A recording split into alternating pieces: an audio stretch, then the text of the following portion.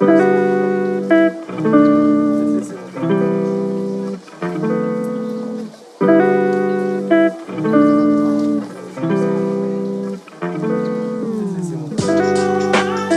this is the Dean Abbott podcast, and today we have our first ever returning guest.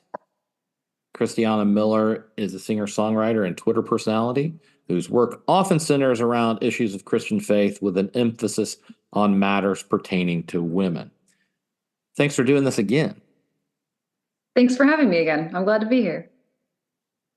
We decided to do this after I wrote a tweet a few weeks ago that created a lot more anger than I had anticipated. Because what I had said was that many men feel shame simply because they are men. The response to that was over the top.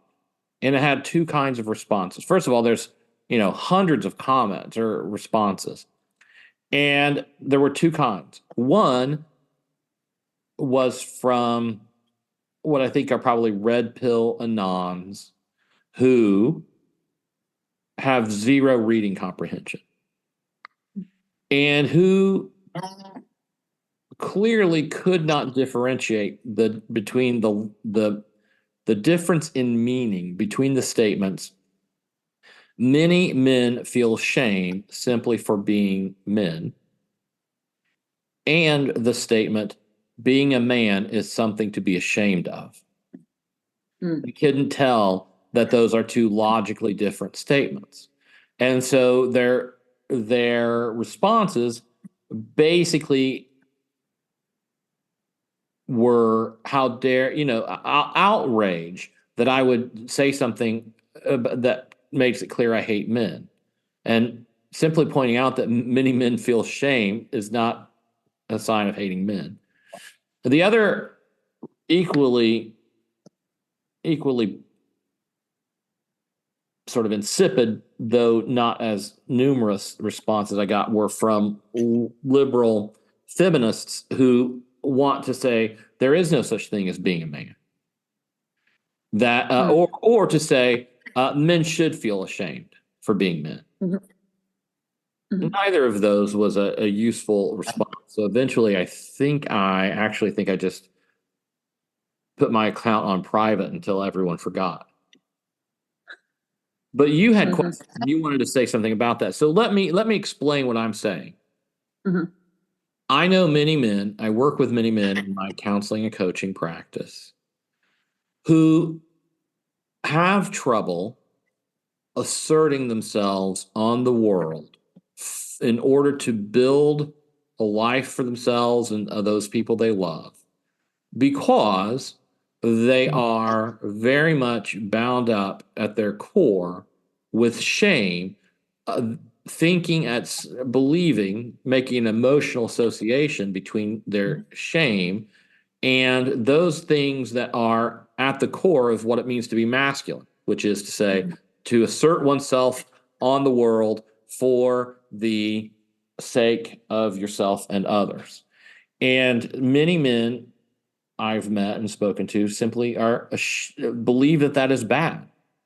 Mm-hmm. And they really struggle to do it. And the way they come across in popular culture is as your sort of standard nice guy who hopes to be loved, hopes life works out for him somehow without his ever having to be direct, clear, honest, and assertive about what he actually wants. Mm-hmm. This is what I meant. And that is apparently not the idea that almost anyone could take from that simple tweet. Mm-hmm. Yeah, I did see some of the varying responses from both groups that you mentioned. And it was really interesting to see that because like from a woman's perspective, I can understand feeling shame just because I'm a woman or like feeling, not necessarily feeling, I want to rephrase that. I don't feel shame because I'm a woman, but I have been shamed because I'm a woman. Mm-hmm.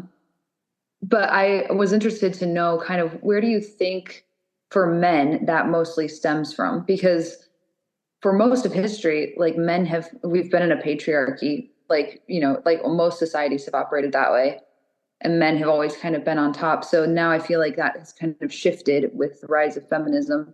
And maybe that's where that's stemming from. But I'm interested to know, especially in, like, I know there's different types of societies and groups and subcultures. And I am circulating mainly in the Christian sphere. But I know that there is a lot of shame even there. And how, like, where do you think that is mostly stemming from? Well, I think that it mostly comes from, actually, I think it comes from the confluence of two factors. One is that as we have, I don't want to say dismantled the patriarchy, because I don't think the patriarchy can be dismantled. Mm-hmm. But let's say it this way. What we've actually done instead is that liberalism has attacked and derided and destroyed, really, the model of the heroic and virtuous man. Mm-hmm. And that as that model has disappeared, we have men, sort of like women who can be either a trad wife or a girl boss. Men now can be either an Andrew Tate or a nice guy nerd, because the model of the assertive, masculine, mature man who's neither abusive nor a pushover has disappeared from our culture. And what liberal feminists, for example, call dismantling the patriarchy has really been simply the discrediting of the virtuous man. Mm-hmm. And so men don't have that model. And so what happens is that as men develop, I think they have to choose. And there are some men who are simply by nature more alert, more sensitive, more introspective, more reflective, and they see this dilemma. And there's no one there to guide them toward a third option which transcends both, because that option has been removed from our culture. And so there are just some guys who look at the male role models they have available to them and decide they don't want to be that for many reasons. And as they're developing, they think more and more, I want to not be that, but how do I get love?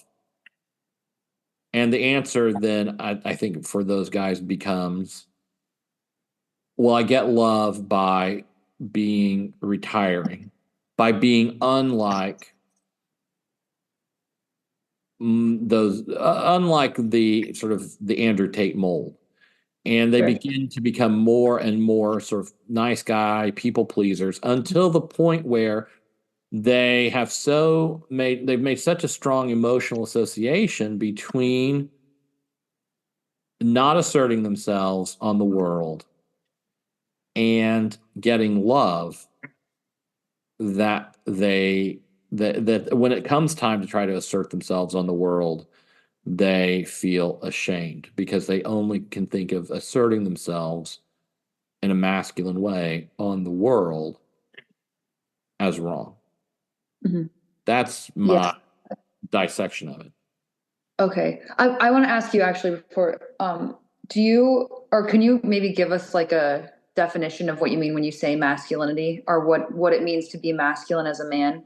Because I know there's a lot of probably different definitions of that. And then there's like toxic masculinity and healthy masculinity. And those definitions are not they're just not concise, and they're not black and white. And I know there are people who would hear maybe a definition of healthy masculinity and still think that's kind of toxic. And I recently have had some very interesting comments on some of my posts. And I remember yesterday, a friend of mine who was commenting something about how he loves his wife and thinks she's the most beautiful woman in the world, but he also is attracted to the fact that she's intellectually stimulating for him and that she's funny and smart. And someone commented and said something along the lines of, well, what if your daughter is ugly and you have to, what if you feel like she's not attractive as a person?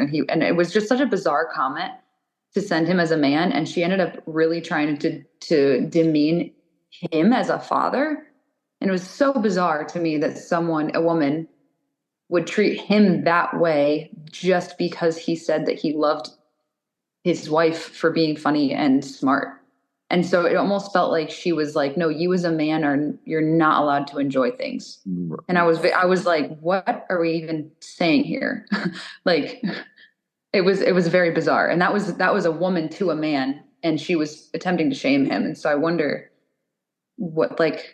how do you even combat that? Okay, you asked me a bunch of questions. I know I just threw like a lot. What's the first one you're asking me?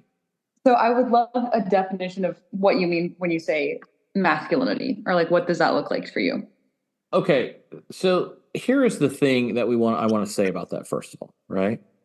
Is that realities exist which we can perceive, even if our language is too imprecise to fully capture them. Mm-hmm. And that we all perceive masculinity and femininity directly, and we know what they are, even if our language leaves gaps in such a way that those realities can't be fully captured. So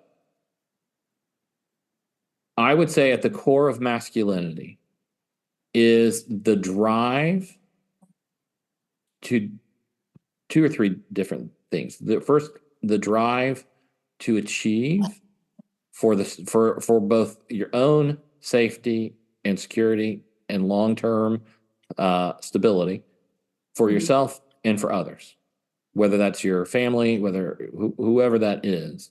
I think that, and not to say that women don't, but that an intense drive to achieve, I think, is at part of what's at the core of masculinity. I think that the assumption of responsibility for the welfare of others is at the core of masculinity. And I think ultimately there is a moral element to being masculine, in the sense that the moral element of being masculine is the willingness to lay aside one's immediate feelings, impulses, vices, in order to achieve a greater end. Now, obviously, women do all of those things to a certain degree too, and that does. And so, part of what I think is important to say is that I don't necessarily want to associate masculinity purely with men, right? I take a kind of Jungian approach to this, that most men are, or perhaps should be, primarily masculine. But that does not mean that they don't have feminine elements within them that need to be fully integrated in order to be a mature person. So it's important to distinguish between the concept of masculinity and the idea of men. And so I think those three elements are getting at the core of what I mean, even if they aren't an exhaustive definition of masculinity. Yeah, that makes sense. And I think one thing I've noticed recently, and I think this was even in a response to your tweet, I remember seeing a liberal woman get very upset about it. And she said something along the lines of kind of what you just said, where she was like, well, women do all these things. Oh, yeah. So it's not masculine. But I think, like you said, women can do all those things. Like, I am a very driven person. I have a lot of ambitions. I have a lot of goals that I want to achieve. But that doesn't make any of those things masculine because I'm a woman. Well, And so those I would say that we it have does. I would say really. that those are masculine traits which you Hmm. have to a certain degree Hmm. as a woman. Hmm. Because as I said, masculine is not identical to men, and femininity Hmm. is not identical to women. And that Right. men have, and that men and women each have elements of the other's essence in us that need to be Hmm. integrated. Right. Yes. Okay. Yeah. That does Right. make sense. So, Yeah. you're having a desire to achieve doesn't make that a feminine desire. That doesn't make it a feminine desire. You can still have a masculine impulse, Hmm. right? That has to be integrated overall into for you, probably a larger framework in which feminine characteristics dominate, right? Hmm. And the person who keeps asking me that question, well, women, here's my core problem with that sort of liberal feminist approach, is Hmm. that it is a pro that veiled in all of that is a very profound attack on men. Because Hmm. part of what liberal feminism has wanted to do is to say there is essentially no difference between men and women. Hmm. And men and women are essentially the same. And so, how can you say there's any such thing as a masculine trait when men and women are basically the same thing? We just have different bodies. Well, that approach is a way of denying men any sense of themselves uniquely as men. Hmm. And that contributes to their shame. That it is good and healthy for men to think, am I being a man? Yes. And that to be a man is a kind of specific thing that males should aspire to be. Hmm. And so part of my problem with that kind of liberal sameness feminism is that it is a way of trying to strip from men a sense that being a man is a good, valuable, and unique thing, and that Hmm. only males can be men, can achieve manhood. Right.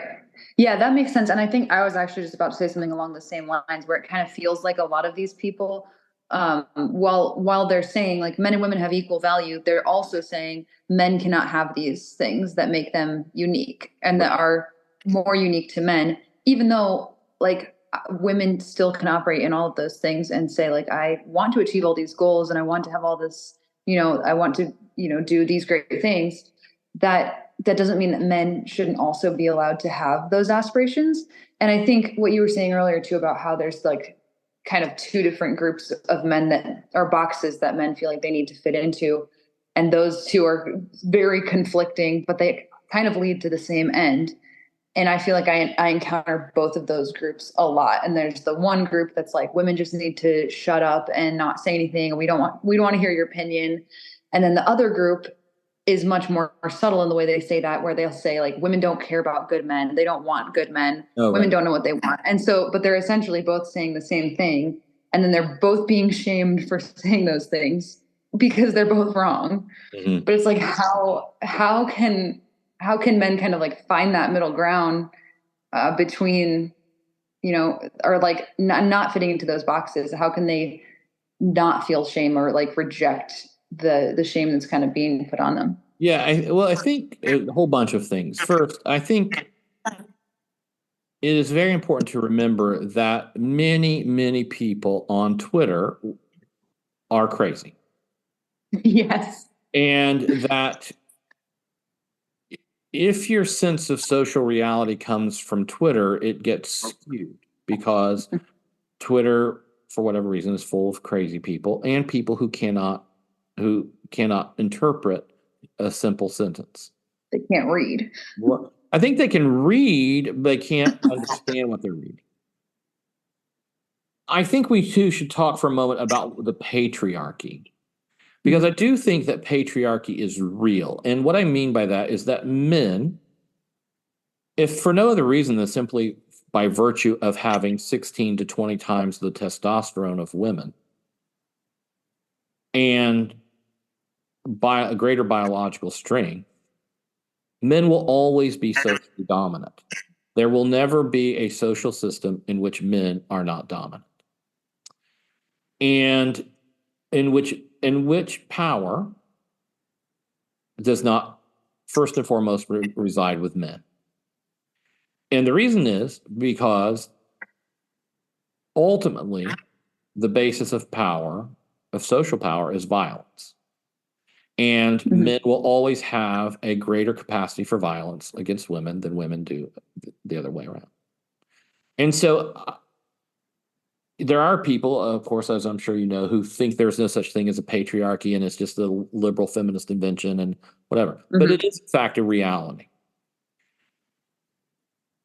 I think it's much more complicated than your sort of average liberal feminist would put forward. So your average liberal feminist, for example, wants to smash the patriarchy. But why have they been so unsuccessful? They complain constantly about the patriarchy, but also want to smash it. So if they're still complaining about it, it's still functioning. And I think the reason is because, number one, it's built into our nature, both biologically and psychologically. And two, and this is what no one ever says, there are parts of the patriarchy in the sense of just men being the socially dominant sex in every situation. There are parts of that that are advantageous to women, and many women like it and don't want to give it up. Right? So I think what there are many women who want the patriarchy to be more fair, more subtle, more aware of them, more protective, more gentle, more just, but who don't want necessarily to smash the patriarchy, right? And so, like, when we talk about women on Twitter who keep saying, "Well, those things, what is a core masculine impulse?" Because women have those too. Just be sure to be sensitive to those, to women who say that kind of thing, because the patriarchy can't be smashed. This creates a lot of problems for women. It creates a lot of problems for men, but it creates a lot of problems for women, many of which are terrible and many of which are incredibly painful and scarring and life destroying. And so I take the criticism from the kind of woman who says, well, how can you say there's any such thing as a masculine trait? I take that as her attempt, misguided though it may be, to kind of create a more just, aware, sensitive patriarchy. And she's trying to deal with the problems that living in a patriarchal world has created for her. Okay. I just want to sort of be compassionate about that, empathetic, and I understand what she's doing. But it's also important with regard to the question you asked me, I think, is that if you're asking me how does a man overcome the shame around just being a man, I think he needs other men who will reassure him that it is okay for him to desire and to act on those desires. And I think many men are confused about the fundamental nature of women. And many men are in fact actually so frightened of hurting women that they don't assert themselves at all.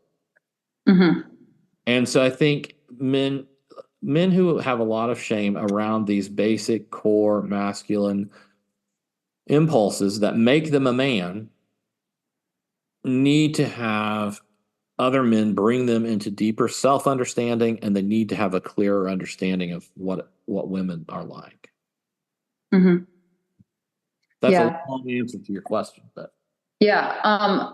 Okay. So I want to like go off of something you just said. When you said men are afraid of hurting women, some do men. you feel some men? Do you feel like that is more a fear of hurting women, or is it more of a fear of being accused of something by women? No, I mean, I think that's a real thing too. I mean, I think some men are afraid of being accused of things by women, but what I mean here in particular is that um, I think it's very easy for a certain kind of man to get into his mind the idea that hurting women is what bad men do, Mm-hmm. and that if he ever even inadvertently hurts a woman, Mm-hmm. he will move from the good guy camp into the bad guy camp. Sure. And so at the core of it is he doesn't want to hurt women because he doesn't want to be a bad guy. And Mm-hmm. the fear of hurting a woman is intense for him because it's magnified so much by his shame over that. Mm-hmm. That makes sense. Yeah, I think another question I had was I know, and this is more prevalent in like a Christian sphere and also probably more in a Protestant sphere. There's a lot of men who will complain about they'll say the church is becoming effeminate or the church needs to be masculine and not effeminate. I recently saw a post where a man said that a single woman existing in a seminary class, like, changes the entire class for the worse. So Oh really yes, I saw just that. like putting women down. Yeah, that was wild. So really putting women down and saying like this needs to be a masculine space versus a feminine space. And I don't think that those things do need to fight with each other. I don't think the church necessarily needs to be gendered in that sense. I think it's much more complex than that. But what would you kind of say to that, where it's like this pushback against effeminization versus masculinity? How would you push back? I understand that argument, and I'm not sure that I think maybe when I was younger, I was more impressed with the notion of effeminacy in the church. But Mm-hmm. it seems unlikely now. I'm less likely to believe that the issue in the church is feminization. It seems to Mm-hmm. me that if the church is feminized, it's just because more women attend church, and Mm-hmm. that maybe if you want to make church less feminine, just more men need to show up. Um, Yes. and for a long time there was a lot of argument about we can attract more men to church if our churches are somehow less effeminate. But the problem with all of that is that it's shallow. And so what you ended up doing is at some point in the early 2000s, you'd get cowboy church Mm-hmm. or football church. And I mean, I went to men's events at evangelical churches, in the 90s up through the all through the early 2000s, where they were the dumbest thing I've ever been to, because it was this performative attempt to make things be like, oh well, this is what men like. Let's all have some Mm-hmm. pizza and like literally come out on stage and do a dance number in football uniforms because that's what men like. And it seems to me that what we actually should do if we want to, if we're concerned about the feminization of church services, is just return to a very traditional high church liturgical movement. Mm-hmm. And you don't have to worry about singing quote Jesus is my boyfriend unquote songs if you're just singing traditional hymns. And Mm-hmm. all of this kind of argument about the feminization of the church really is built upon a kind of Protestant sense that innovation in our worship style is always a good thing, right? Um, and it's not. Mm-hmm. So I think that might answer part of your question, but I think there's another question you have there for me too. Well, yeah, I think I do appreciate that answer, and I think that in some sense, yeah, that's true. I'm not sure. I don't think that can happen. Like I don't think it will happen. Right.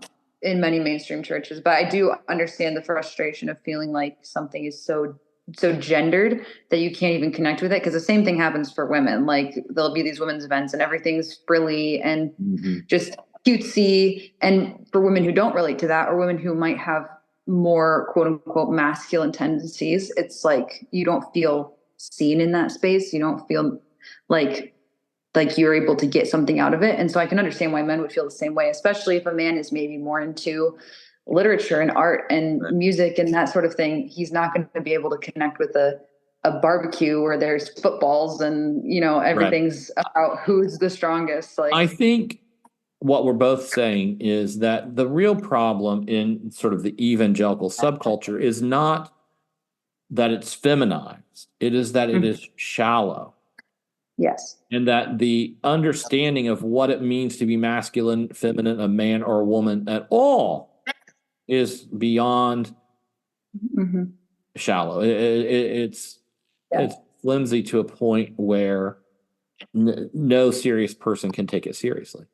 Yes, it feels like it's very surface level and kind of just like what are we all seeing? Because what we can see at face value is the only thing that really matters, how we all look on the outside, and it doesn't really connect or speak to the deeper parts of our natures as men and women. And I think there's so much overlap between men and women spiritually and intellectually, and there's emotionally, there's so much overlap. And I think that if we were to maybe try to connect on that level instead of being like, what are all the things that make us different?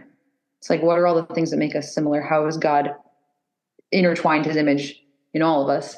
And I think that's something that we could all probably do better at. But I do have one more question, and it's how can women interact with men in a way that does not make them feel shame, but also does not unnecessarily prop up egos that don't need to be propped up, or put women in a place where they feel like they're unsafe? Because I think that's what holds a lot of women back, is they feel like, especially women who would call themselves feminists, they feel like they are not able to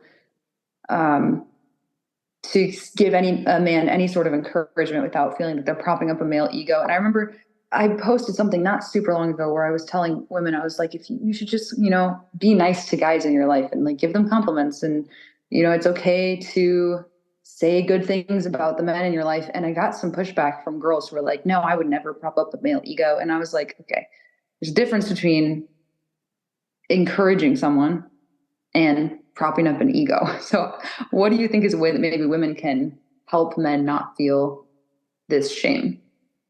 I don't think there's really much that women can do, because it doesn't have much to do with them. Right? So I think that men who are, like we're talking, the men I'm talking about, the nice guy man I'm talking about, who feels a lot of shame around his core sort of masculine impulses,